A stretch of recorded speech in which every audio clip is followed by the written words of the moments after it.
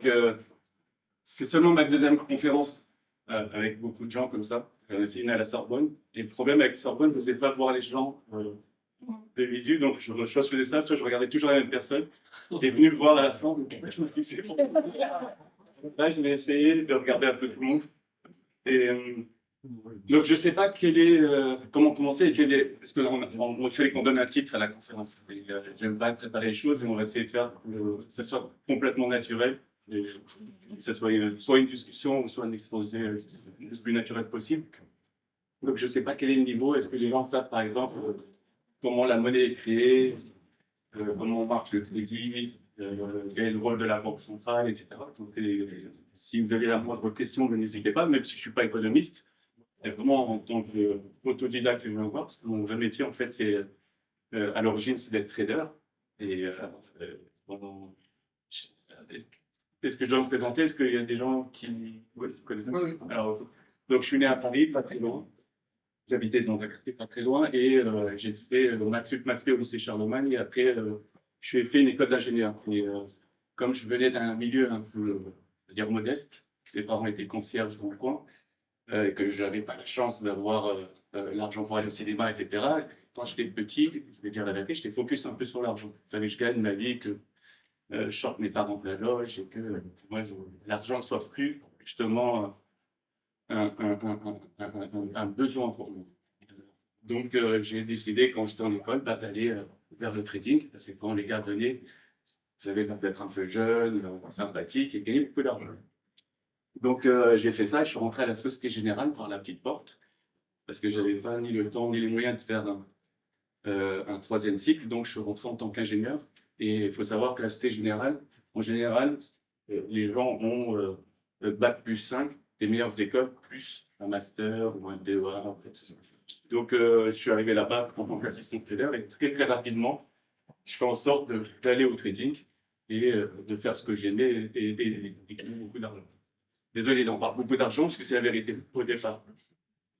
Et très, très vite, donc moi, pendant les 6 mois d'assistant trader, je priais tous les soirs, mon Dieu, parce que je voulais passer au trading pour 2 raisons. Un, pour faire quelque chose que j'aime, et secondo, il y a un peu dans les banques un esprit de caste. C'est-à-dire que moi, j'étais la caste tout en bas, et quand je voyais les traders, c'était un peu les seniors, et je ne supportais pas justement d'avoir un rôle de subalterne, donc il fallait que je passe au trading, et il fallait que je monte mes profs. Le problème, c'est que quand je suis passé au trading, très, très, très rapidement, quasiment la première semaine, j'ai quasiment pensé que la porte s'était refermée, et que je suis arrivé vraiment dans une prison dorée et que j'étais bloqué là. Et très rapidement, pour utiliser un terme, ça m'a saoulé. Donc, je me suis dit, il faut que je sorte de là, mais j'avais un problème d'ego parce que pendant 6 mois, j'ai cassé la tête à toute la salle pour passer au trading. Et je me suis dit, je vais leur prouver que je suis bon et je m'en fous. Il reste 1 an ou 2.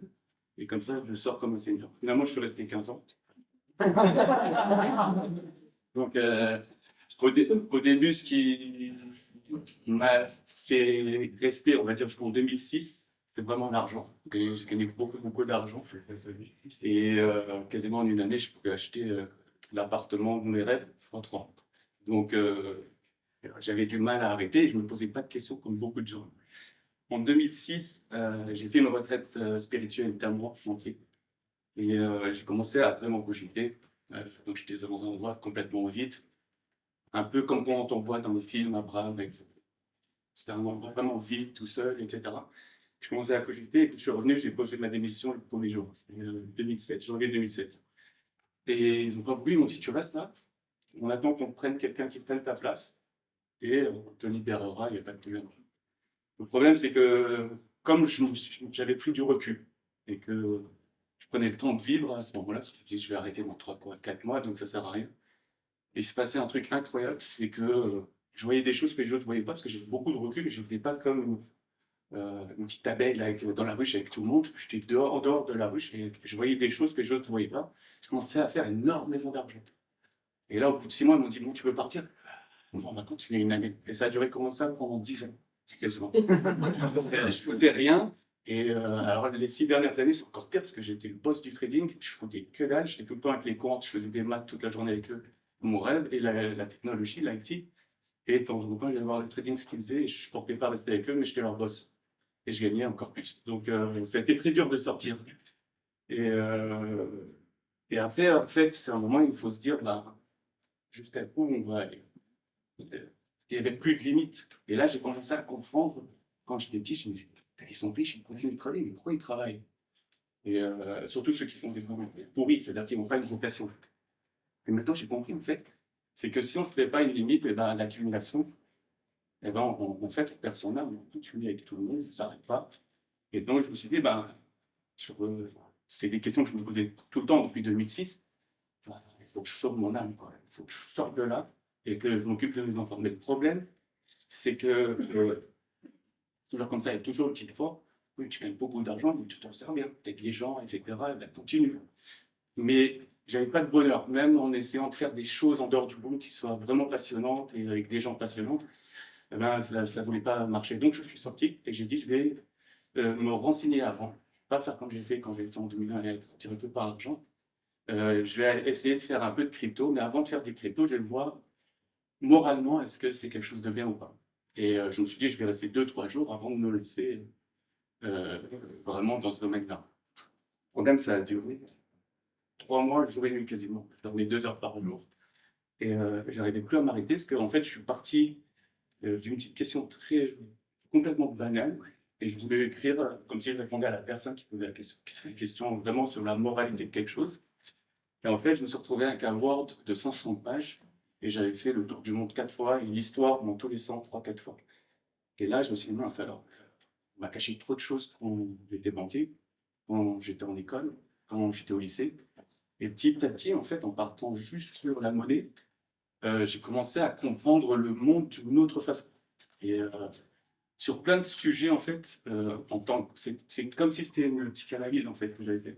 Parce que sur plein de sujets, je commençais à avoir moins de certitude euh, sur des pays, des communautés, des gens, etc.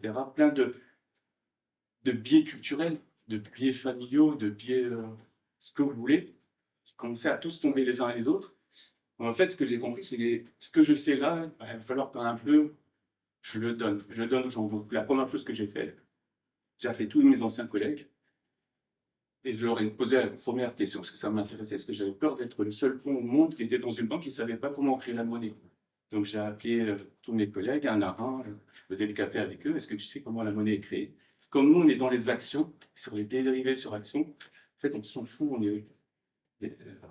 c'est très taylorisé, les banques. On fait vraiment une tâche qui est très, très précise, qui est très, très... Les maths, c'est un cours de thermodynamique de prépa, donc c'est 6 heures de cours, ou 10 heures, ou 15 heures, j'en sais rien. Et une fois qu'on a compris ça, il faut l'appliquer, et on applique ça pendant 15 ans, et on gagne de l'argent facile. Donc les gens arrêtent de se poser des questions, normalement. Et donc, je me suis posé la question, et j'ai appelé il n'y en a aucun qui savait. Ça m'a rassuré, quel que soit le grade. Ça m'a vraiment rassuré que je n'étais pas seul. Et après, quand je leur racontais, et ils étaient alors, ça dépend des personnes, ils étaient un peu dans le déni. Qu'est-ce que tu veux qu'on y fasse? C'est comme ça, c'est pas autrement. Et après, ils me disaient pas, mais moi, j'ai une famille, je dois la nourrir. Et, je suis à l'école privée, c'est 30 000 pounds par mois. Ils ne le disaient pas, mais je le comprenais, en fait. Ils ne voulaient pas savoir, comme si, en fait, je perturbais leur âme, en fait. Ils étaient dans un pseudo confort matériel, et que je venais, comme ça, les perturber dans leur équilibre instable, en fait. Et donc, j'ai arrêté de. J'ai dit, eux, c'est pas les bonnes personnes, pourtant, ce sont ceux qui sont truqués. Et c'est vrai, hein, les gens, ils pensent que les traders, c'est tous des cupides qui cherchent à que faire de l'argent. Les 3 quarts des gens qui sont dans une salle, c'est des gens très banaux. Pardon, je te regarde beaucoup, il faut que je regarde. Donc, et ouais, il y a des gens qui se posent vraiment des questions, il y a des écologistes, des socialistes, des capitalistes, il y a tout ce qui. En fait, c'est une cruche. C'est une cruche. Cruche. Parce que, en fait, je parle anglais tout le temps. Donc, là, c'est la 5e conférence, je commence à plus parler. Donc, voilà, c'est la ruse de vente fil, en gros. Vraiment, on ne parle pas de souveraineté pour le moment, c'est pas grave. Alors, cette histoire de mon vie, je ne la connaissais pas. C'est que quand je suis venu sur Twitter et j'ai commencé à expliquer les gens, je pense que ma pensée, elle se résumait à 10 lignes. Et franchement, c'était quasi un peu plus. Et c'était suffisant pour comprendre en quoi la monnaie est un problème, en fait, de nos jours. Hein. En quoi la monnaie actuelle. Mais la chance que j'ai eue, moi, je dois arriver avec mon savoir, ma connaissance et éduquer les gens. Et au final, ce sont eux qui m'ont mené, ce sont eux qui m'ont éduqué. Donc, voilà, quelqu'un m'a donné l'histoire de la cruche de Monkey, c'est la ruche. Et un autre qui m'a donné des connaissances de sociologie, un autre de philosophie, un autre littéraire. Et je me suis rendu compte qu'en fait, qu'on m'a apporté énormément. Et par rapport à la ruche de Monkey, c'est exactement ce qui se passe à la Société Générale. C'est-à-dire qu'ils nous élèvent vraiment. On est comme dit Rousseau, pur et on vient de sortir de notre école, on a un peu nos pieds socio-culturels, parfois religieux, et on vient là, on nous éduque, on nous reset. Vraiment être porté par le rendement, le rapport entre le PNL, c'est-à-dire apporter profit and loss, c'est-à-dire le gain, mais rapporté au risque. Déjà, ça, c'est quelque chose de nouveau parce que je pense que certains peuvent avoir ces notions-là naturellement, mais dans une banque, c'est un peu plus compliqué. Quand on arrive, on est jeune, on a 22 ans, 23 ans, et on nous explique cela. Donc c'est nouveau. Et derrière, ils nous apprennent comment faire de l'argent en interne à la Société Générale face à d'autres desks, et qu'il faut les voir quasiment comme des ennemis. Il n'y a pas de collaboration. Parce que dès qu'il y a de la collaboration, je l'ai vécu 10 ans plus tard quand je suis venu boss, c'est incroyable, on ne fait pas d'argent. Parce que personne ne veut prendre la responsabilité du risque. Donc, qu'est-ce qu'on fait? On dit, voilà, toi, tu es responsable, tu seras payé exactement sur l'argent que tu fais, le risque que tu prends. Parce que bien sûr, quelqu'un qui prend énormément de risques et qui fait le même PNL que quelqu'un d'autre qui ne prend pas de risques, ou très peu pour la banque, ben c'est celui-là qui sera payé, pas celui-là. Donc, on nous apprend ça, etc. Et petit à petit, même parfois, j'ai honte de le dire, à se voler entre desks. Par exemple, si on sait que tel desk vient de faire un énorme deal et qu'il doit se couvrir chez nous et pour acheter tel stock, telle option à 100, ben nous, petit à petit, tous les jours, on va monter 101, 102, 103. Et on va aller dans le marché, on va pousser contre notre propre banque. On va faire de l'argent face à eux. Le problème, c'est que tous les boss le savent et ils le laissent. Ils nous laissent faire. Pourquoi? C'est un peu exactement ce qu'on vit dans cette société. C'est que on laisse la cupidité et la cupidité ou sinon l'envie de réussir, de quoi qu'il en coûte, justement. Mais à la fin, on sortira quelque chose de beau, on va tous gagner de l'argent et on va se le partager. Voilà. C'est exactement un peu cette idée d'avancement de vie, que du mal va naître le bonheur pour tous, en fait. Et il n'y a aucune collaboration, ou sinon c'est de la collaboration politique pour se montrer, pour 3 semaines avant le bonus pour qu'on nous augmente, etc. Et en fait, c'est marrant parce que plusieurs choses qu'on vit dans une banque, en fait, on le retrouve dans la vie et on arrive à comprendre. Par exemple, il y a quelque chose qui m'a servi énormément à comprendre ce qui ne va pas dans l'économie. C'est très dur à vulgariser, à expliquer aux gens. Je ne sais pas si vous êtes, si vous connaissez, je ne sais même pas que ça existe ce mot, l'aléa moral. Vous savez ce que c'est? C'est quoi alors? L'aléa morale, c'est que quand on sait que on ne sera pas comptable, c'est des décisions que je vais prendre, c'est-à-dire c'est comme un peu les banques, quand on sait que je vais te couvrir derrière, bah, du coup, je n'assume pas je vais prendre des décisions sans en assumer les conséquences. Est-ce que j'ai le droit de donner une note? 20 sur 20. C'est un peu ça. Alors moi, un jour, j'étais naïf, en fait. Il faut savoir que dans les banques, de concierge, donc l'argent, j'ai un détachement assez sympathique avec l'argent, c'est-à-dire que je veux le gagner comme si, parce que comme quand j'étais en prépa ou à Charbonnet, je voulais avoir 20 sur 20, je voulais être toujours je vais au foot, je voulais être le meilleur. Voilà, je sais pas d'où ça me vient, un esprit un peu compétitif. Donc après, quand tu viens bah, tant mieux, c'est la rémunération. Et ce qui est bien dans une banque, ça s'appelle Nix, Mohamed ou David, c'est un chiffre, un PNL qui est à peu près connu. Et ça, c'est pour ça qu'on retrouve beaucoup en France, des gens, des communautés, on va dire, dans ces métiers-là, parce qu'il n'y a pas d'équivoque, il n'y a pas d'interprétation sur le chiffre. Il peut y en avoir, mais c'est minime. C'est-à-dire que, et c'est ça qui est incroyable, c'est que si la personne part, on va, en tant que responsable, on dit le retenir, parce que c'est de l'argent qui va partir pour la banque et donc pour le bonus des postes. Et ce qui est joli dans une banque, euh, de cette cupidité, il y a quasiment plus de racisme. Ce qu'on appelle le racisme à l'époque, je vous ai dit depuis, je fais des idées, etc. Il y a quasi plus d'a priori, on va dire. Et c'est encore plus voyant dans une banque anglaise. C'est vraiment un melting pot incroyable, où on va prendre, par exemple, comme Quant, c'est un peu ceux qui font les modèles, les mathématiciens, on va prendre des Russes, des Grecs, Tunisien, Marocain et Français. Ça se résume à 5 nationalités. Un Anglais qui sort du lot. C'est vrai qui a fait Cambridge, etc. Mais c'est très clair. Après, pour tout ce qui est technologie, ça va être énormément les Indiens, etc. Après, pour le trading, il y a en Angleterre, depuis 2010, il y a énormément de Chinois. Mais au départ, c'est énormément de Nord-Africains, Italiens, Français, tout ce qui est latin. Et les vendeurs, ça dépend du pays. Ils regardent la tête. Toi, tu vas t'occuper du Middle East. Toi, tu vas t'occuper des private banking. Et c'est ça un peu qui se passe dans une banque. Donc, pour revenir à la morale, ce qui est intéressant, donc moi, j'étais au trading et je n'ai pas de culture de l'argent au sens où il y en a dans la banque qui a une culture de l'argent qui est incroyable. Ils viennent à 22, 23 ans du fait de là où ils habitent et de leur origine socioculturelle qu'ils connaissent. Donc moi, un jour, je fais énormément d'argent. Et pour la banque, et pour moi aussi, j'essaie de couvrir justement, de ne pas perdre trop d'argent comme il y a un énorme crack. Ok. Et donc, je commence à faire énormément d'argent et je prends de la couverture, de la couverture, de la couverture. Et il y a un gars qui vient me voir, ok, il me prend à part et il me dit, mais pourquoi tu fais ça? Mais parce que je veux être l'opposé de toi. Je veux que mon risque soit mesuré et je veux gagner de l'argent sans faire perdre de l'argent à la banque et à tous mes collègues. Parce que s'il y en a un qui se plante, il plante tous les autres.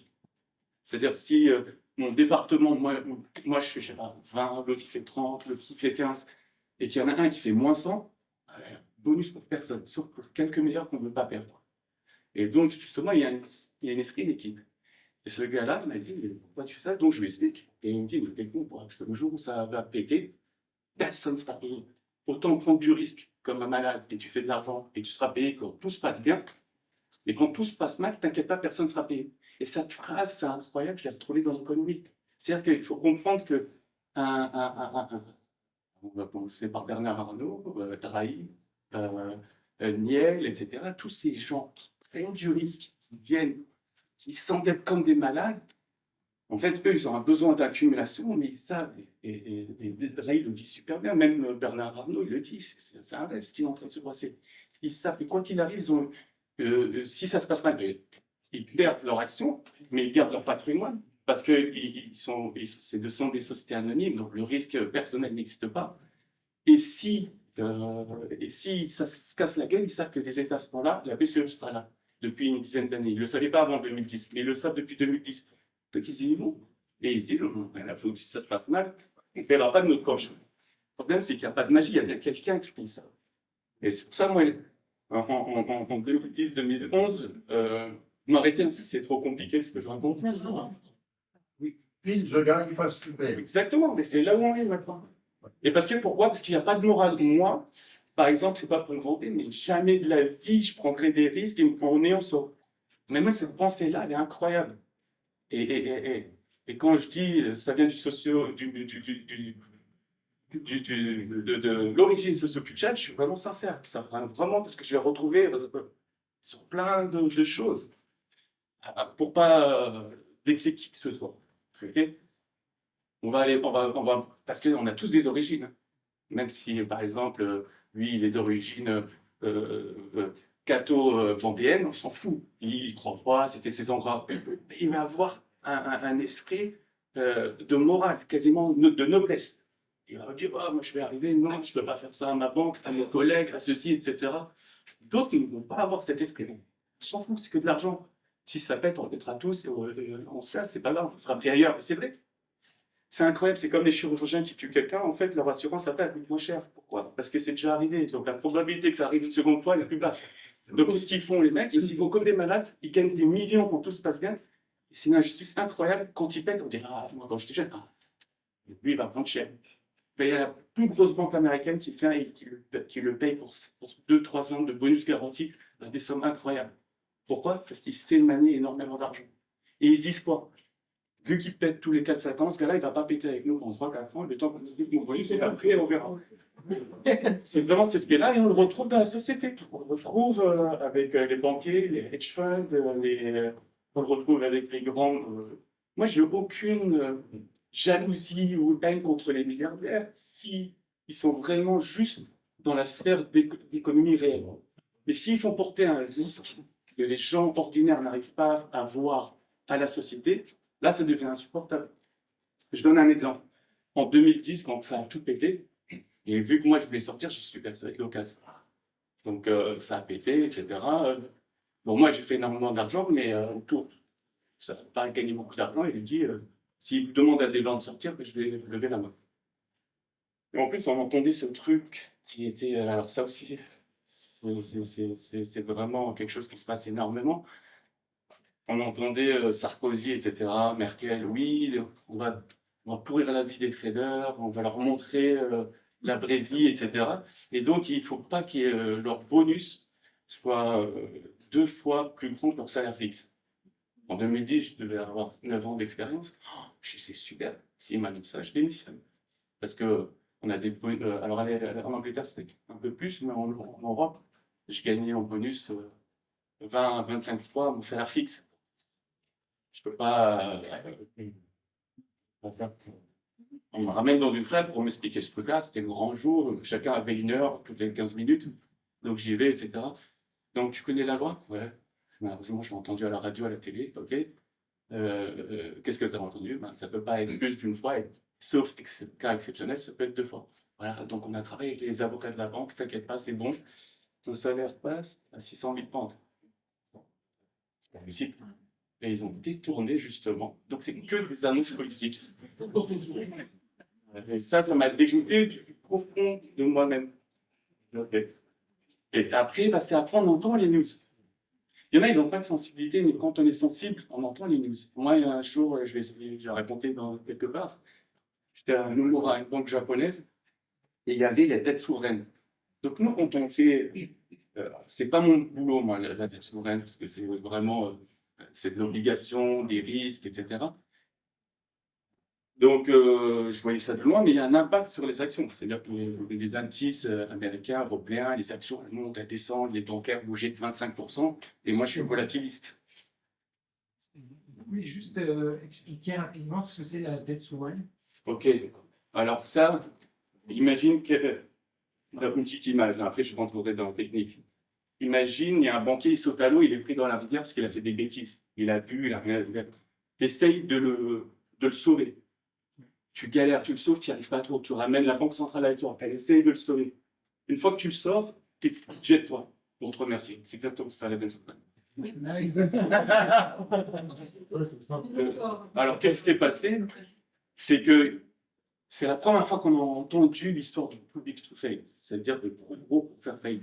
C'est-à-dire que si la Société Générale, Nomura, Barclays, etc. fait faillite, tout le monde fait faillite. C'est trop gros. Donc il faut qu'ils soient rachetés. Mais pour être racheté, on l'a vu avec UBS. UBS a dit, OK, je rachète Crédit Suisse, mais l'État doit être derrière moi, et la Banque nationale suisse, la BNS aussi doit être derrière moi. Ah ouais, si vous voulez pas, pas de problème. Et bien sûr, c'est un chantage. Parce qu'ils sont obligés d'arriver et de soutenir UBS pour acheter le Suisse. Sinon, c'est l'économie suisse et par ricochet européenne et américaine qui arrive. Pourquoi? Parce qu'on est dans du globalisme. Et justement, naturellement, on arrive à la souveraineté, là. Parce que là, on n'est vraiment pas dans la souveraineté. On est vraiment dans un... Je sais que c'est enregistré, mais c'est pas grave. C'est des mots que je n'utilise jamais en public. On est vraiment dans un schéma messianique. C'est-à-dire que il faut vraiment qu'on soit une race, une nation, dans le meilleur des mondes, et qu'il n'y ait plus justement de nation. On soit dans ce gouvernement mondial et global, très cher à complotistes, ok? Mais en réalité, schématiquement, on y est. Et que maintenant, tout le monde est lié. C'est-à-dire que s'il y a une mouche qui pète sur le marché à Hong Kong, il y a une répercussion le lendemain matin en Europe et l'après-midi à New York. Et donc, tout se tient. Et par exemple, quand il y a eu le problème avec Crédit Suisse, à un moment, les autorités européennes et américaines ont demandé à la Suisse, qui n'est pas justement cette structure politique, gérer vos problèmes. Il y en a marre de vous preniez du temps justement à gérer ce problème. Son faux Crédit Suisse est une institution centenaire. Il faut que vous réguliez le problème, sinon ça va nous impacter violemment.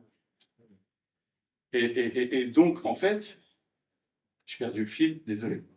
La dette souveraine. C'était la La dette dette C'est souveraine. ah oui, c'est quoi la dette souveraine? Merci, merci. Enfin, ça va, je suis là. Et donc, c'est quoi la dette souveraine? C'est que quand les États ont amené leurs garanties, ok, ont aidé justement les banques, les Renault comment ça s'appelle, Berlusconi, qui faisaient qui prenaient des risques énormes, énormes. Et donc, quand ils sont venus aider justement tous ces fleurons de l'industrie qui, quand tout va bien, disent que c'est les plus beaux, les plus gentils et qui doivent tout prendre, eh ben, quand ça marche mal, ils viennent tuer pour juste dîner. Je vais aller où? Donc, ils viennent pleurer l'État et la BCE pour qu'elles viennent en aide. Et le problème, c'est que quand ils ont fait ça, en fait, quand on aide un ami, etc., en fait, on est impacté. Et ça, les gens ne comprennent pas, et c'est ça qui me tue, parce que même moi qui aime vulgariser, j'arrive pas à l'expliquer. Et clairement aux gens, c'est que quand il n'y a pas d'assurance gratuite. C'est-à-dire que quand moi j'assure ma voiture, et si quelqu'un me dit qu'il peut me l'assurer gratuitement, c'est pas possible. Il y a un mensonge derrière. C'est que toute assurance a un coût, a un prix, c'est de la prime. Donc si le gouvernement vient dire oui, on est garant de toutes les PME pendant le Covid, ou on est garant de Renault, ou on est garant de Air France, on est garant des banques, etc. Il n'y a rien de gratuit. C'est-à-dire que cet État. La dette s'accumule, quoi. Non, parce qu'ils n'ont pas sorti un seul Le coût centime. de la dette, le taux. C'est le taux par ricochet. Pourquoi? Parce que le risque augmente. Alors. Ils ont mis les mains sur un engrenage qui pue. Donc ils sont impliqués maintenant autant que. Et en fait, le risque se propage. Mais l'argument, c'est pas aussi sur ta valeur, si vous ne faites pas d'efforts. Mais c'est public tout fait. Juste le licencier, et il y a aussi pour les banques la loi de la Spiegel, c'est-à-dire que la séparation banque de dépôt et banque d'investissement, c'était sous Clinton aux États-Unis, mais il n'y a pas cette séparation-là. Donc, du coup, s'ils jouent là-dessus, ben, sinon les dépôts. Alors, j'entends. Alors, je l'entends souvent, cet argument. En réalité, si les banques, même si elles séparent les deux, parce que à la fin, qui finance les hedge funds ou ce qu'on va dire, les banques, le propre trading des banques, etc., c'est-à-dire le trading propriétaire, c'est-à-dire que ce n'est pas fait pour client, il est fait pour la banque même. C'était mon boulot, par exemple, pendant quelques années.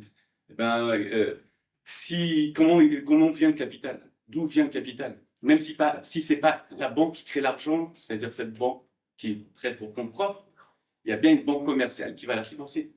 Et donc, c'est la même chose. Ça, c'est les deux trucs que j'aime pas trop entendre, le Spiegel Act. Et c'est une victoire. Hein. C'est une victoire du monde financier. La fin du Spiegel Act sous Clinton, c'était en 97. Et celle que j'aime pas trop entendre, c'est l'histoire de la loi Rothschild pour Pompidou de 73. C'est beaucoup plus complexe que ça.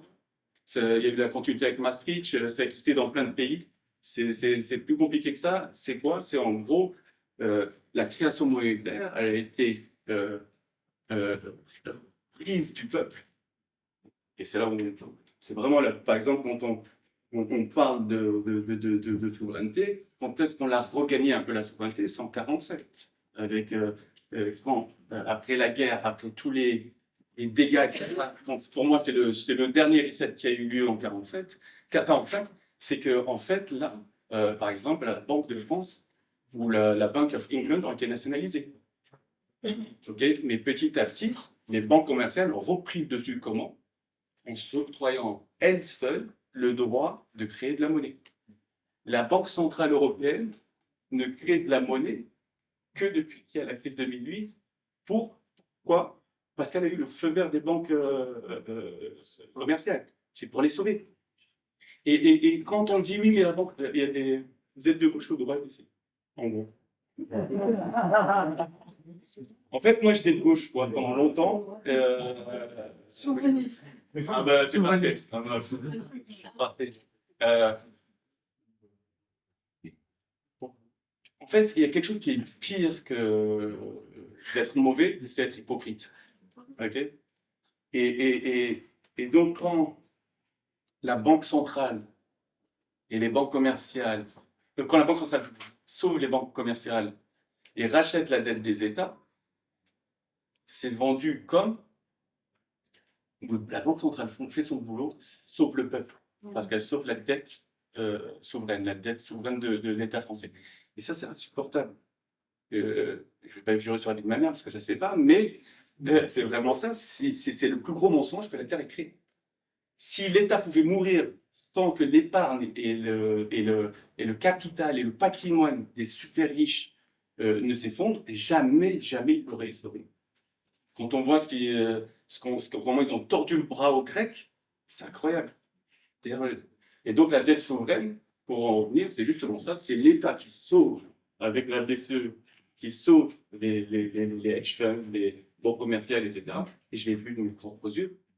C'est un peu moins vrai pour les banques où je travaillais, parce qu'il y a un risque réputationnel. C'est pas un risque. C'est-à-dire que dans une banque, par exemple, vous allez entendre parler des CumEx, etc. Quand je suis devenu à un niveau très élevé, comme j'étais très proche de ce desk-là, j'avais obligation de regarder leur PNL. Donc, ils sont 4 ou 5 plans et je vois 70 millions, 30 millions. Donc, je commence à avoir tous les PNL quotidiens. Donc, je vais parler avec eux. Oui, on fait ça, ça, ça. Et je voyais, après, je me suis dit, mais c'est pas possible. Donc, j'ai réuni encore une fois tous les avocats de la banque et je leur ai dit, ouais, vous m'expliquez, parce que moi, je lève la main, je suis whistleblower. C'est là que je suis lanceur d'alerte. Eh ben, vous savez, c'était quoi l'argument? Et c'est pour ça, tout ce que je raconte là, en fait, je l'ai entendu à la télé après, parce que je regardais pas, moi, Macron, tout ça, je savais même pas qui c'était. Quand il dit face à Plenel et Bourdin, il dit, mais c'est légal, c'est de l'optimisation, c'est pas du vol, c'est de l'optimisation. Ben, là aussi, ils disent que c'est légal, alors que l'intention première, il y a une phrase que j'aime beaucoup, qui est de ma culture, qui est tous les actes ne valent que par les intentions. Ok? L'intention est de voler. Pourquoi alors, je dis, OK, vous avez une entité au Luxembourg, d'accord. Donc, ça passe au Luxembourg, après, ça part à Dubaï, ça revient aux îles Jersey, et après, hop, ça va chez le client. Et tout ça, entre-temps, il y a le dividende au milieu. Quelle est la raison économique? Ah, tu poses trop de questions, t'inquiète pas. Donc, je lui dis, vous m'écrivez un email. Et ben, l'argument, c'est que tant que c'est légal et que le risque réputationnel de la banque, le risk reward, c'est-à-dire que si ça c'est ce que le damage, c'est les dommages que ça va créer à la banque, sont moindres que les 1 milliard qu'on fait, eh ben, on y va. Voilà. Ils évaluent justement combien va coûter la honte qu'on va se manger, parce qu'en Angleterre, ils disent rien, mais dès qu'il y a un scandale, ils vont shame les boss, c'est-à-dire qu'ils vont pointer du doigt les boss et leur dire qu'ils ne sont pas fair, ils ne sont pas honnêtes. En France, ça n'existe même pas. Et les comex, tout le monde s'en fout.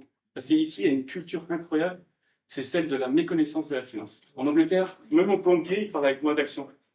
Il parle d'action, il dit, tu as investi dans quoi? Je dis, non, non, moi je travaille dedans, je ne peux pas investir, mais moi j'ai acheté ça. Et il est plombier.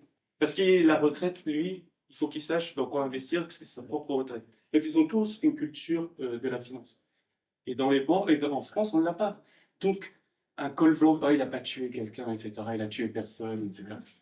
Mais en fait, on ne sait pas les répercussions que ce vol a sur plein de choses. Et je ne sais pas, moi, une des choses qui m'a fait aussi intervenir publiquement, je me dire, ok, je m'en fous de ce que ça me coûtera. C'est en 2016, mon père était à l'hôpital ici. Et moi, je grondais un peu sur les impôts. J'étais un peu énervé comme tout le monde quand on me prenait 50%. Donc, il a été à l'hôpital, etc. Ils se sont occupés de lui, il est incroyablement bien. Il y avait plusieurs infirmières. Et je me suis dit, mais, bon, je le savais pour l'école, mais là, ça vaut le coup quand même de payer des impôts pour avoir ça. Donc, et quand tu es là, tu te dis, ben, les institutions, comment elles sont solides, etc. Le problème, c'est que quand ces gens volent de l'argent, justement, ces services-là sont dégradés. J'entends beaucoup sur les réseaux sociaux, mais on n'a jamais autant payé d'impôts. Où va l'argent? L'argent, moi, je sais où ce qui va. Et dans plein d'endroits du monde, concentré dans 3-4 endroits bien précis. Et voilà, c'est même très tabou d'en parler. Hein. Mais moi, je sais où ce qui va. C'est qu'il y a une culture du vol chez des gens. Et chez les autres, il y a l'ignorance. L'ignorance, c'est-à-dire l'ignorance de savoir, justement, d'avoir des valeurs morales. C'est-à-dire qu'il a beau être en costume et en col blanc, mais c'est un voleur. Et c'est pas moral. Mais le problème, c'est que dans nos sociétés, on a tué la morale. C'est qui? C'est Nietzsche qui disait on a tué Dieu, c'est pas vrai. C'est certains gens, certaines personnes qui ont tué la morale en France et dans tous les pays occidentaux. Et c'est pour ça, là, ce qui se passe, je vais pas dire que je suis pour eux, je m'en fous, hein. Mais ce qui se passe avec le réveil slave, là, on peut l'appeler slave ou orthodoxe. Je sais qu'ici, on n'a pas parlé de religion en France, mais il y a toujours un background. Je parlais avec une Russe qui ne croit pas en Dieu. Mais quand je parle avec elle, tout son background, c'est-à-dire toute L'arrière-monde. sa culture. Pardon, je suis devenu comme Van Damme. Toute sa culture est justement orthodoxe. Et elle ne sait même pas. Et donc, justement, là, ce qui est incroyable en France, c'est que quand des gens font l'alerte morale, et tant que les banques, elles absorbent le risque de gens qui font du chantage, ok? Et que les gens ne comprennent pas, et qui sont distraits par Hanouna, je pourrais dire Zemmour, par le rap, par le foot, et ben, tant qu'ils sont distraits, en fait, cette casse fait ce qu'elle veut. Et c'est pour ça qu'en France, il y a une polémique quasiment tous les 2-3 jours. Et on saute d'une polémique à une autre. Et c'est pour ça aussi, à un niveau beaucoup plus élevé, on a le Covid. Le Covid est fini, il faut qu'on trouve quelque chose. Et il y a l'Ukraine. L'Ukraine est finie, le climat, etc. Et on saute. Je ne dis pas que le climat ou le Covid n'ont pas existé, ils existent. Mais on sent qu'il faut constamment que la machine tourne. Et pour que la machine tourne, il faut faire peur aux gens. Et si on leur met la peur dans le cœur, c'est des gens qui ont très peu. Alors, quand je dis foi, ce n'est pas la foi nécessairement religieuse. Hein. Très peu de foi dans le cœur, et bien ils sont tous perdus. Et on peut en faire, ils sont malléables et on en fait ce qu'on veut. Et moi, j'entends souvent des gens qui savent que gueuler, etc. Mais si tu veux, on change les choses. On propose de bouger de cet état-là à là, pas d'un coup, mais par petite dose. Ils ont peur. Ils ont peur de justement être dans leur confort matériel actuel. Donc c'est ça en fait l'alerte morale, c'est ce qui s'est passé avec la dette souveraine. Les États ont aidé les banques, les hedge funds, le monde de la finance, les grosses multinationales, et qu'une fois qu'ils ont aidé, ils les ont attaqués juste derrière. C'est-à-dire qu'il y a eu des notes de Goldman Sachs, de Morgan Stanley. Ah, c'est la Grèce, on a fait joujou avec la Grèce. Nous, alors, on est obligé parce que les gens en fait peuvent se couvrir avec nous sur les actions. Donc on fait plein d'argent, après ça saute, ah c'est pas la Grèce, c'est l'Espagne. On coupe en Espagne, etc. Et c'est ça, en fait, la morale, c'est qu'à un moment, le risque, en fait, il est, et comme l'a dit si bien dit monsieur tout à l'heure, c'est que, en fait, les profits sont privatisés et les pertes sont socialisées. C'est exactement ça. C'est un communisme pour riches. Mais est-ce que c'est pas un début de la mise en esclavage des peuples parce qu'à travers la dette, bah, finalement, on attaque l'État des plus souverains. On a vu la réforme des retraites. C'était clairement un message aux créanciers. Donc, du coup, finalement, le peuple est devenu esclave. C'est la mise en esclavage des peuples. Là. Pour moi, j'ai compris ça à travers la réforme des retraites. C'était le message. C'était on va envoyer un message aux créanciers. Alors, Pour pas avoir la note baissée. alors c'est ça qui est. Avant d'attaquer ce sujet-là, il y a quelque chose qui est. C'est vraiment troublant sur la dette. Et maintenant, depuis que je le fais avec la dette, je le fais avec tout, et ça marche, mais incroyablement bien, c'est d'aller voir vraiment l'origine, la racine des mots. Vraiment aller au fin fond de l'étymologie des mots. Et on se rend compte que dans toutes les dans toutes les langues, dans toutes les régions du monde, justement, les anciens, qui croient être des idiots du Moyen-Âge, ou je ne sais pas quoi, de l'Antiquité, avaient trouvé des mots forts. Par exemple, dans la Bible, dans la Torah, par exemple, c'est un des mots les plus forts, néché, c'est la morsure. Tu ne mordras pas ton frère. Mais ça veut dire aussi, en même temps, tu n'endetteras pas ton frère avec intérêt. Donc il y a l'idée de morsure, la morsure du serpent, la pire morsure qui soit. En bambara, c'est Djourou, c'est la cordou. Et ça veut dire aussi dette. Schulden, qui fait de l'allemand aussi. Schulden, ça veut dire la faute. La faute. C'est une faute, une culpabilité. Et ça va comme ça. En arabe, c'est pire. Il y en a un, ça veut dire humilier, mais la racine profonde. Hein, parce que le mot maintenant, on veut dire dette seulement. Mais profondément, quand on va, j'avais parlé à quelqu'un qui est spécialiste d'arabe, il m'a dit ça veut dire humilier la dette. Et le deuxième, c'est la même chose, c'est une mention. Donc, et voilà, c'est partout pareil. C'est-à-dire que on a cette idée. Oui, pour la sémantique, ça n'a rien à voir avec tout ce qu'on raconte, mais j'avais aimé, j'avais voulu savoir, parce que la personne là, qui était arabisante m'avait dit quelque chose que personne ne sait, parce que lui, il va vraiment historiquement dans les mots. Et je lui ai dit, est-ce qu'il y a un lien entre ce qu'on appelle le riche et le chanteur? Il me dit oui. Ah, je dis, ça se prononce pas vraiment pareil. Oui, mais c'est les mêmes consonnes, donc il y a un lien. Et je lui dis, c'est quoi le lien? Il me dit, le chanteur, en fait, il a trop accumulé. Il a trop accumulé d'amour, de rancœur, de mélancolie, et il a besoin de se libérer. Et comme un poète, donc il sort justement son trop-plein de choses qui relient. Et en fait, il y a la notion de limite. Il y a la notion de limite qu'on a dépassée. Et quand on a dépassé, on se met à chanter. Ou à écrire de la poésie, ou à écrire tout court. Ah, c'est intéressant. Alors, je me suis dit, je vais voir justement riche, d'où vient le riche. Alors, il y a deux choses. Bon, je vais en prendre qu'un parce qu'il va dans mon sens. Il vient du vieux allemand, je crois que c'est pas germanique. J'ai oublié. Il vient du vieux allemand. C'est Riki, qui veut dire puissant. Il n'y a pas de limite à la puissance. C'est pour ça, c'est marrant. C'est développer le capitalisme financier, c'est-à-dire ce système économique qui pousse et qui permet justement l'accumulation infinie.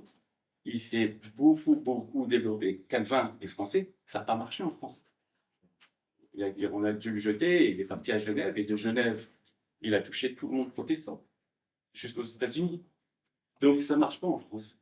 C'est-à-dire qu'il n'y avait pas justement pendant très longtemps en France cette culture de l'usure, au contraire, elle a été vivement combattue. Il y a, au XVIIIe siècle, pour moi, c'est là où je place la défaite du monde catholique, de l'Église par rapport à l'usure. C'est les physiocrates qui vont venir avec des idées tout pétées, je le dis, en toute humilité. Peut-être parce que je suis quelqu'un du XXIe siècle, ou du XXe et XXIe, mais ils viennent avec des idées nouvelles pour attaquer l'Église, et l'Église était incapable de répondre à ces questions. Pareil, on saute ça ne vous dérange pas, hein? En fait, mon cerveau, il n'arrive pas à aller comme ça. On va revenir à chaque fois. Pour la peine, on va revenir comme ça. J'ai pas entendu, mais. Physiocrate. Et c'est Turgot, c'est le petit Macron. Il a créé les Turgotis. Car Macron, la première énorme décision qui a changé le monde, c'est de créer justement ces compagnies de bus.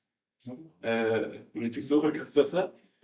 Et il a fait une turbotine, et après, justement, eux, c'était, les physiocrates, c'était laisser faire, laisser aller. C'est des libéraux purs et durs, et eux voulaient libérer même le taux d'usure, c'est-à-dire, et ils avaient justement, et pourtant Turgot, justement, il est né avec une culture catholique.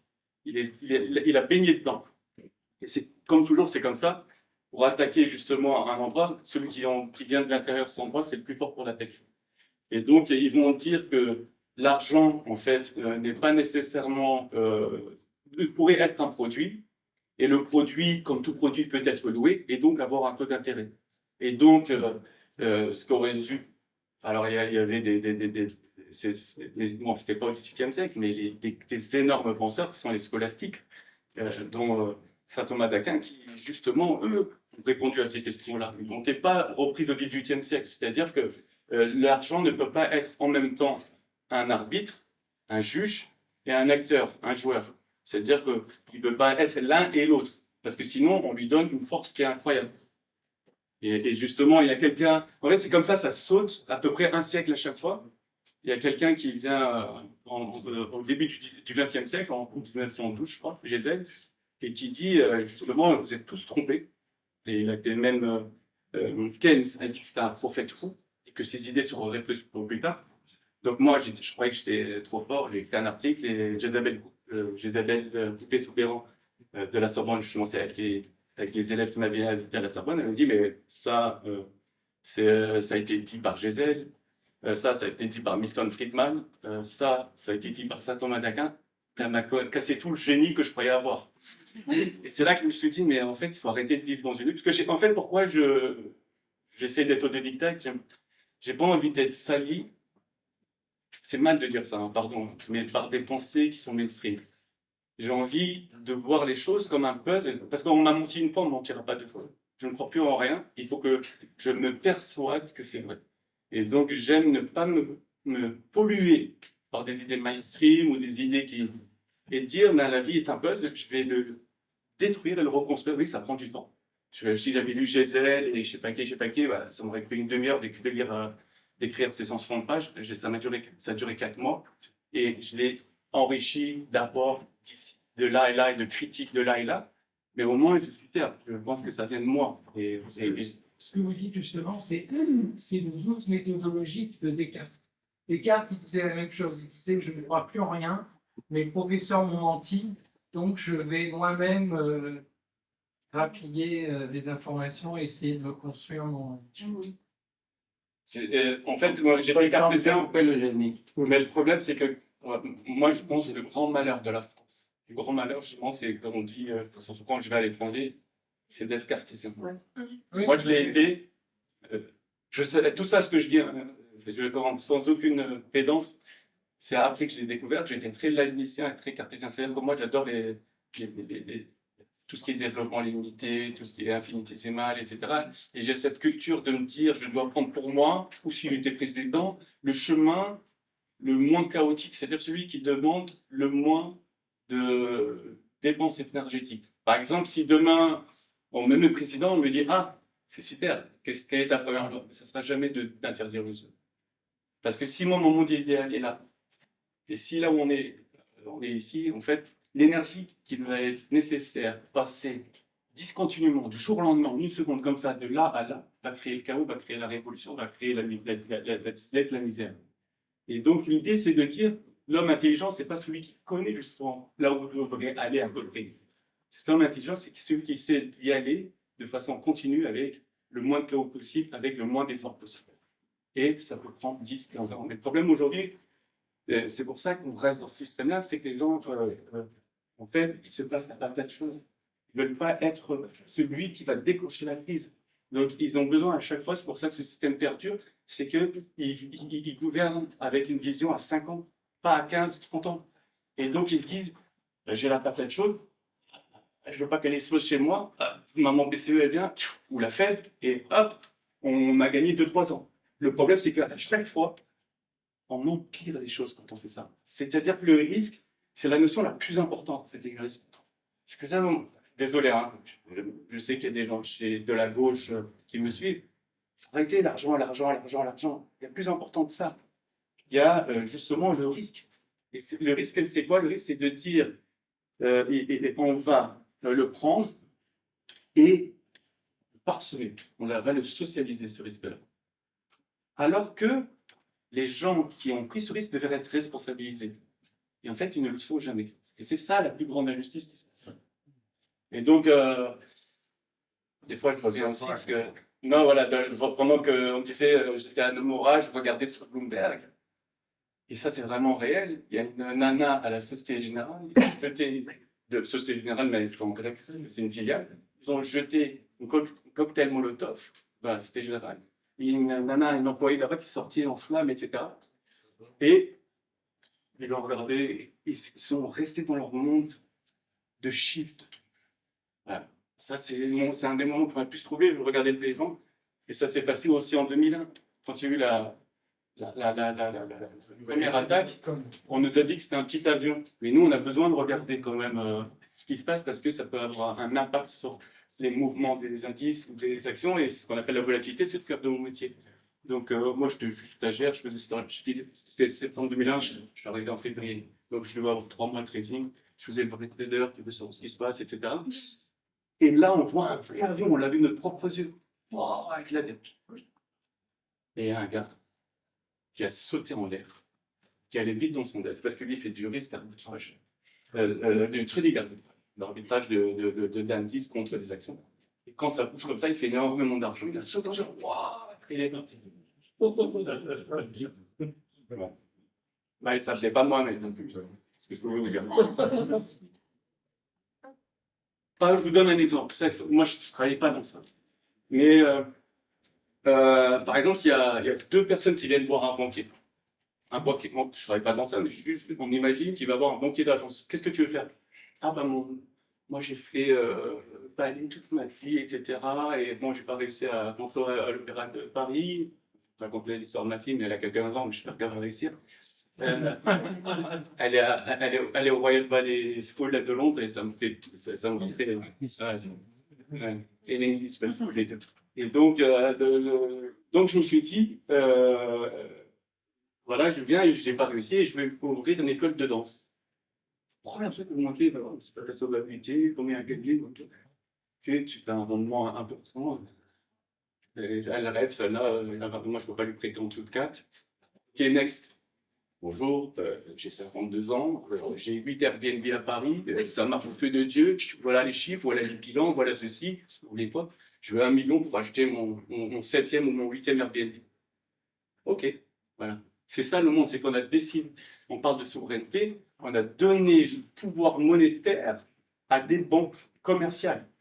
Et même la Banque centrale, on pourrait penser que la Banque centrale, c'est quoi, européenne? C'est rien d'autre que la somme pondérée des banques nationales. Ok, à part la Belgique, qui est privatisée à 50%, mais la Suisse, elle n'est pas. Il y a un autre petit État européen qui est privatisé à moitié. En fait, on peut croire que c'est à nous. Mais en fait, dans la réalité, si on prend juste un cas qui nous concerne, la France avec Villeroy de Galhau, ex-PDG de CTLM, qui a trouvé tout le monde justement sur C'est un mec, je faisais allusion sans le nommer. voilà. Il était numéro 2 ou 3 de la BNP, certains disent 2, certains disent 3, qui a fait des prêts indexés sur le franc suisse, qui a ruiné des ménages entiers. Est-ce que lui, moi j'appelle l'égorgeur de la femme, de la maman isolée, quand il était chez CTLM avec des taux à 19%, est-ce que lui, par exemple, va agir dans l'intérêt des peuples ou est-ce qu'il va agir dans l'intérêt de ses ex-maîtres, de ses ex-collègues? Voilà, il y a un esprit du corps dans la finance et dans les banques qu'on ne retrouve pas dans le monde réel. Et on est divisé. Lui, il est musulman, lui, il est noir, lui, c'est un raciste, lui, c'est un xénophobe, lui, c'est un souverainiste. Voilà, et donc, nous, on est divisés. Et c'est là qu'on voit que c'est puissant, en fait. Il nous divise pour régner, et il règne sur nous. Parce que pourquoi? Si on reprend les idées, en France, ici, on va dire Montesquieu, sinon on aurait dit Locke, on était de l'autre côté. Ben, si on reprend les idées de Montesquieu, je dis pas qu'il est bête, pas du tout. Il a vu la séparation des pouvoirs, de ceux qu'il arrivait à imaginer, c'est-à-dire le judiciaire, législatif et exécutif. Il a réussi à les voir clairement. Je pense à son époque, il aurait pu voir le pouvoir médiatique, qui était l'Église. Il l'a pas mis dedans. Mais moi, pour moi, les médias, c'est les nouveaux curés de tout le monde. Celui qui n'a pas vu, parce que c'était pas aussi développé que maintenant, avec les assignats, etc., les lettres de change. C'est le pouvoir monétaire. Et on est complètement passé à côté. Et c'est certain, c'est démontré par qui on veut, que le pouvoir de création monétaire est le pouvoir des pouvoirs.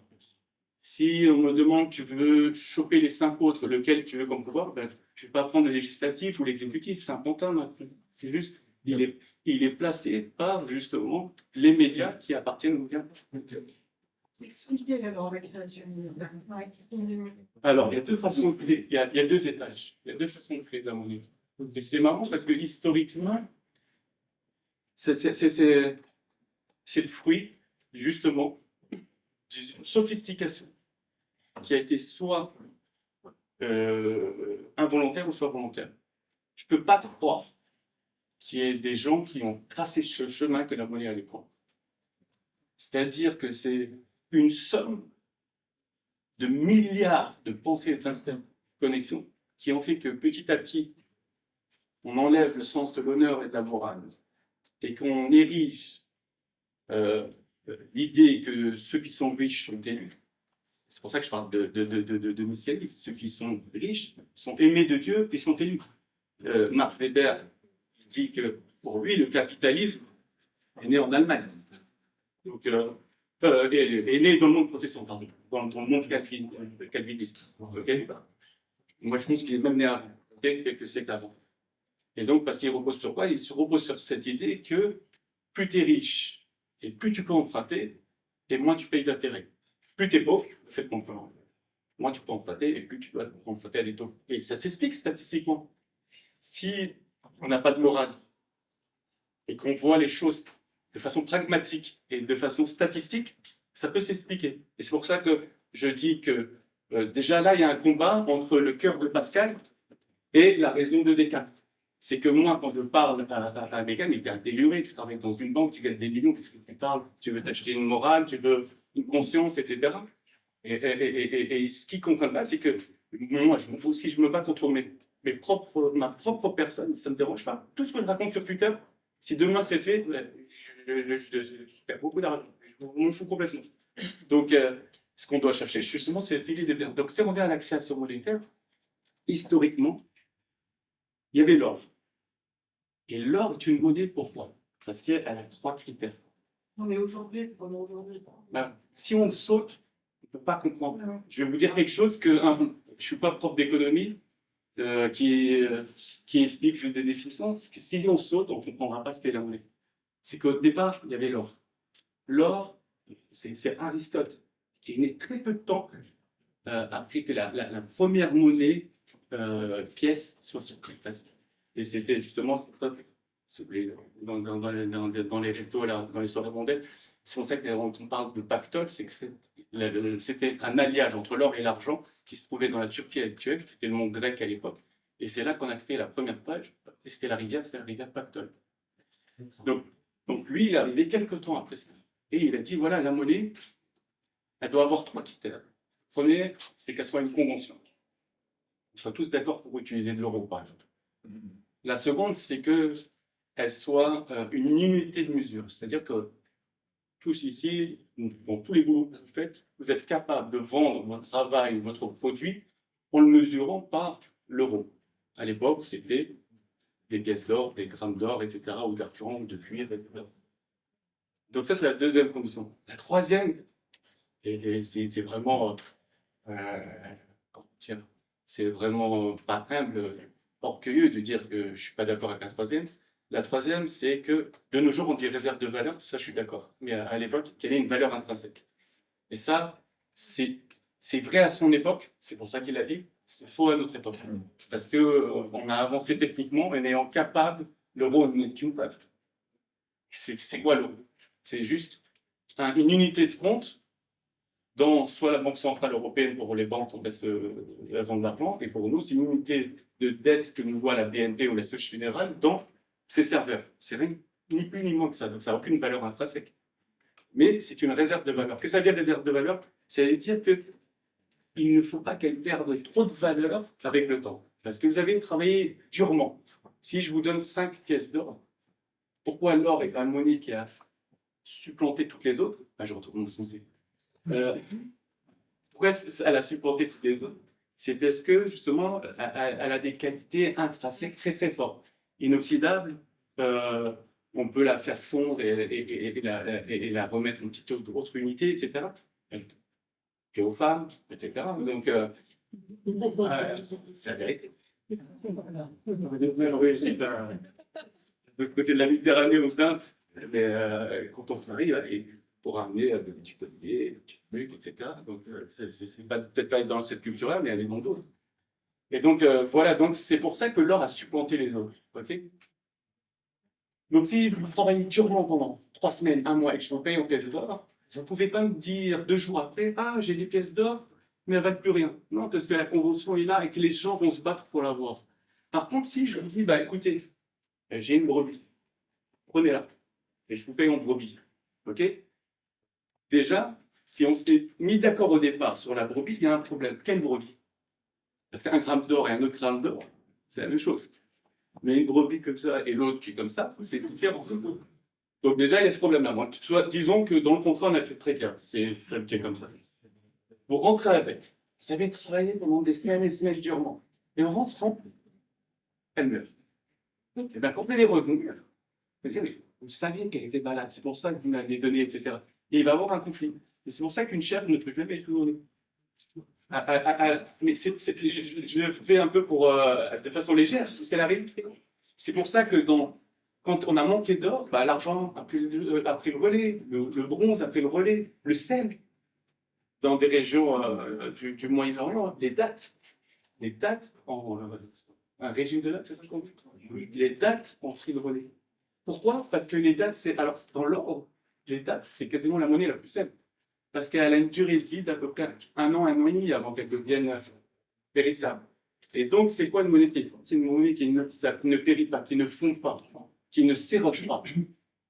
Donc, c'était l'or. Le problème, c'est que quand on a une monnaie qui ne s'érode pas, et ça, c'est très important, c'est que celui qui la possède, et s'il a peur et qu'il est comme dans la fable de La Fontaine, qui est qui veut la garder dans son trésor, sous terre, etc., ce qu'il va faire, c'est qu'il va priver l'économie réelle de cette monnaie-là.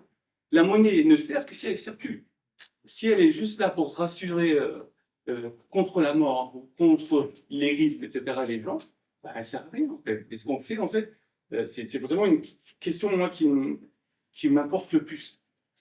Parce que si on est capable de le mettre sous terre pendant des années, c'est qu'on n'en a pas besoin.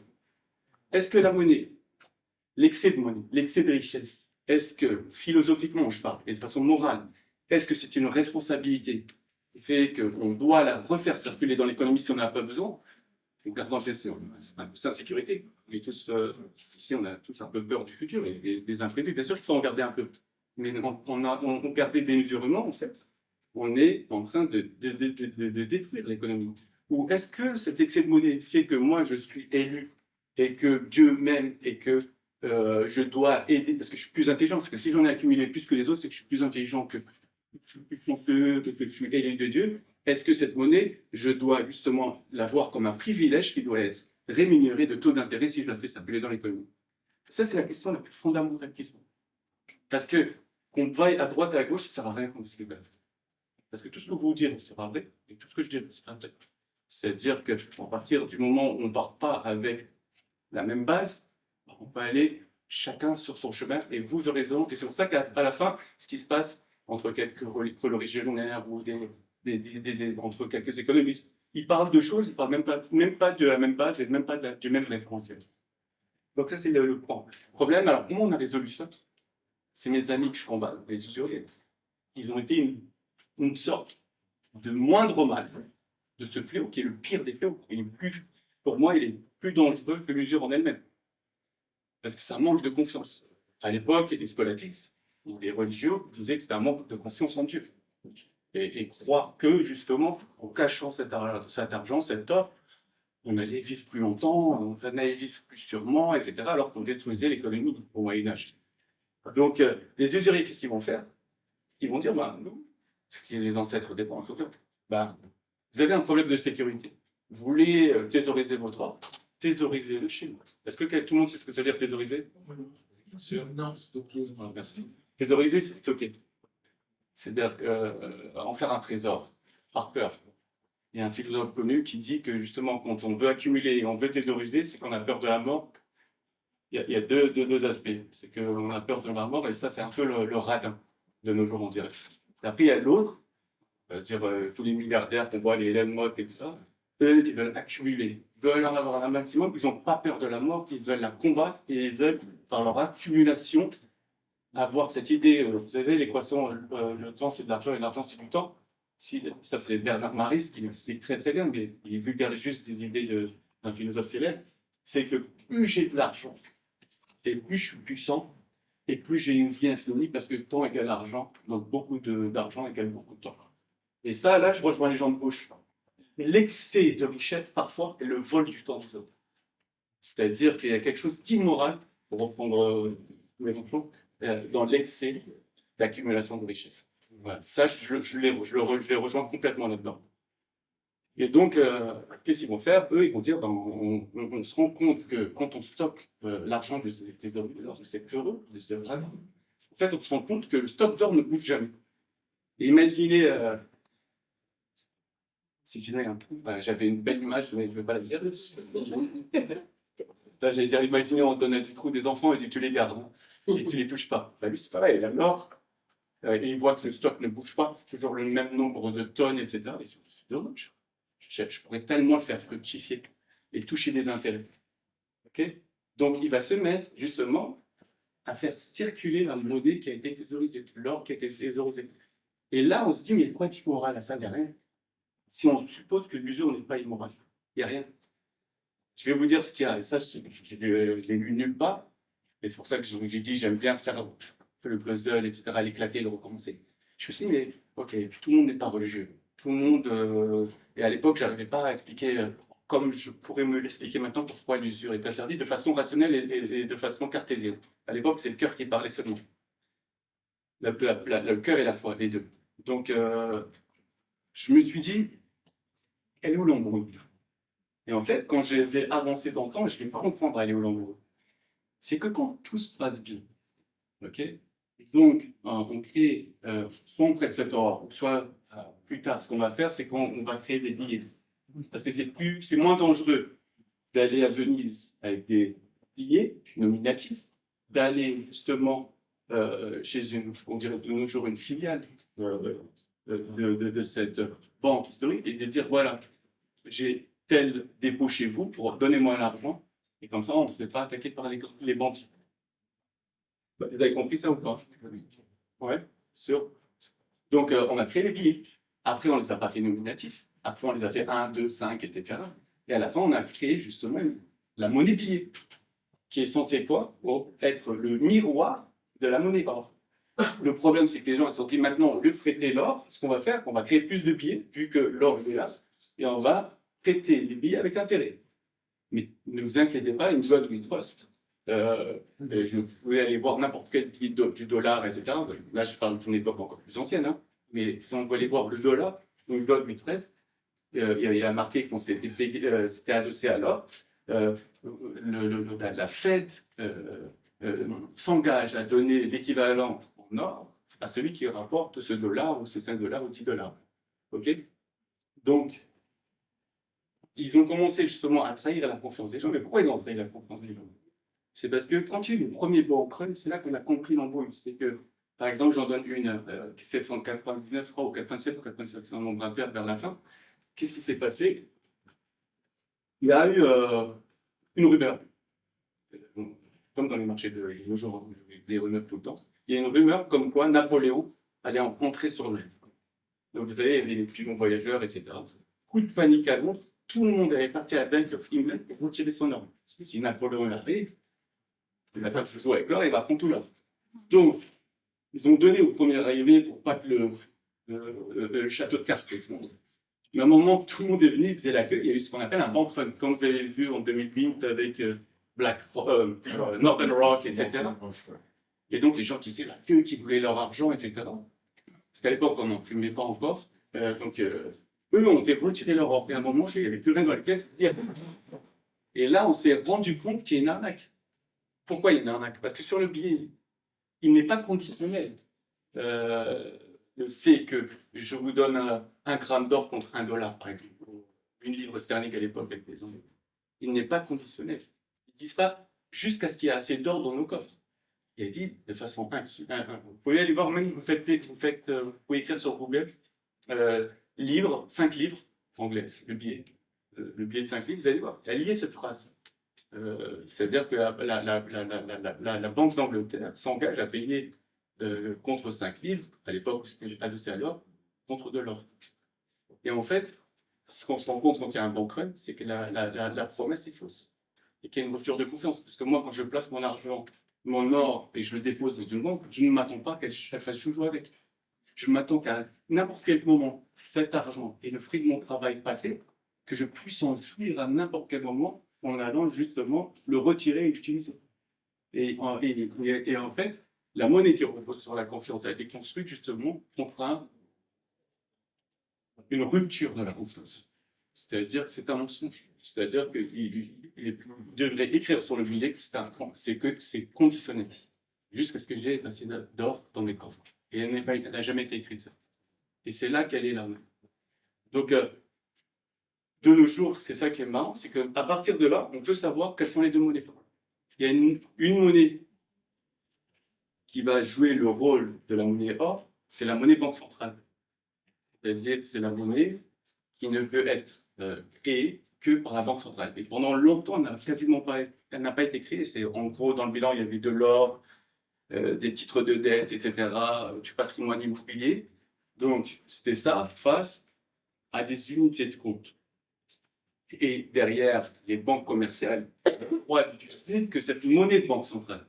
Nous, on n'y a pas accès. On y a accès directement sur les billets, les pièces et les billets, qui sont eux des monnaies de banque centrale. Mais que ça marque extrême majorité, la monnaie de banque centrale, à 90-95%, elle ne sert parce que les banques connaissent l'arnaque. Ils ne veulent pas s'échanger leur monnaie à elles entre elles. Elles veulent s'échanger que les monnaies de banque centrale, ce qui est équivalent de l'or. Parce que sinon, il y a des gens qui ne comprennent pas. Des fois, ils me disent, mais pourquoi la FG, elle peut faire faillite alors qu'elle pourrait créer des euros et les deux, qu'elle a le droit de créer de la monnaie? Ben parce qu'elle n'a pas le droit avec une autre banque de s'échanger sa monnaie à elle. Elle est obligée de s'échanger des euros centraux. Donc ça, c'est l'équivalent de l'or. Et la fausse monnaie, les faux billets, c'est quoi? C'est justement les euros qu'on a nous. C'est-à-dire qu'à chaque fois que quelqu'un veut acheter une maison, la banque n'a pas l'argent. Elle a une toute petite partie, les réserves, justement. Et elle a le droit, dans une certaine mesure, de créer de la monnaie pour justement l'offrir à ceux qui veulent acheter à la maison. Et en échange, à la fois, elle a le coût de cette personne, le coût social et sa maison en collatéral. Est-ce que vous comprenez là? Oui. Et donc, elle a ça. Et par contre, elle a un devoir social. C'est de détruire la fausse monnaie qu'elle a créée. Alors, j'utilise le mot fausse monnaie, je l'utilise depuis très longtemps. C'est parce qu'au tout début, j'ai bien aimé, c'était Maurice Allais qui parlait de fausse monnaie et qui comparait le système actuel justement à la création monétaire des banques centrales comme de la fausse monnaie. En fait, je dirais pas que c'est ça maintenant. J'ai changé d'avis depuis. Je dirais que c'est de la monnaie. C'est pas de la fausse monnaie. Mais je reproche aux banques justement d'avoir ce pouvoir de dire à qui ils vont prêter. Et surtout, dans quel projet. Et c'est pour ça qu'il y a des écologistes ici. Ouais. Et c'est pour ça que je reproche aux écologistes leur premier pouvoir, avant de nous embêter. Moi, je suis venu en voiture là. Il y a des essences interdites, on dirait que je suis dans un labyrinthe.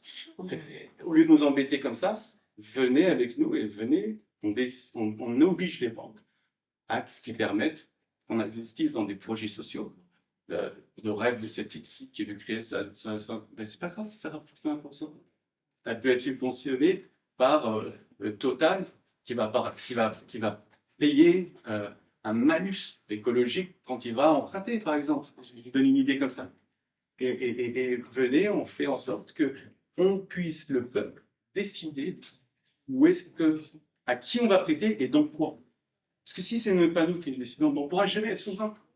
Vous pouvez reprendre le pouvoir, le machin, ce que vous voulez, comme les SMIC, comme Mélenchon ou Asselineau. Si à la fin, ce n'est pas nous qui décidons qui crée l'argent et donc quand on va l'investir, eh ben, on sera toujours justement les esclaves de ces banques. Et la deuxième personne qui est capable de créer de la monnaie, c'est les banques centrales, comme la Fed ou la Banque centrale européenne, qui a le droit de créer cet argent or, l'équivalent de l'argent or, mais ce n'est pas de l'or, c'est de la monnaie centrale. Et quand elle crée cette monnaie, en fait, elle décide, grâce à Maastricht, qu'on peut l'injecter que sur les marchés financiers. Et c'est pour ça que je critiquais l'idée de 1973, qui est peut-être le petit frère de Maastricht, le fait qu'on ne puisse, quand les banques centrales font de l'argent, eh ben, elles ne puissent n'utiliser qu'un seul canal, qui est celui des marchés financiers. Eh ben, en fait, ou que l'État, par exemple, l'État, Maastricht, c'est pire que ça, c'est l'État ne peut pas créer lui-même de la monnaie. Il est obligé d'aller sur les marchés, comme un petit enfant. Et il a sa note, c'est le taux d'intérêt. Si vous êtes bon élève, comme l'Allemagne, c'est 2%. Si vous êtes mauvais élève comme l'Italie, c'est 4,5%. Et voilà, il y a toujours ce spread-là.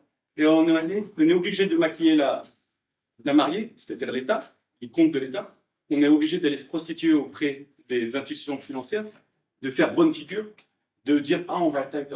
Parce qu'en fait, quand on crée beaucoup de monnaie, on crée de l'inflation. Sauf si, c'est encore Wolinski qui dit ça. Il disait, si vous voulez combattre l'inflation, vous donnez l'argent à ceux qui n'en ont pas besoin.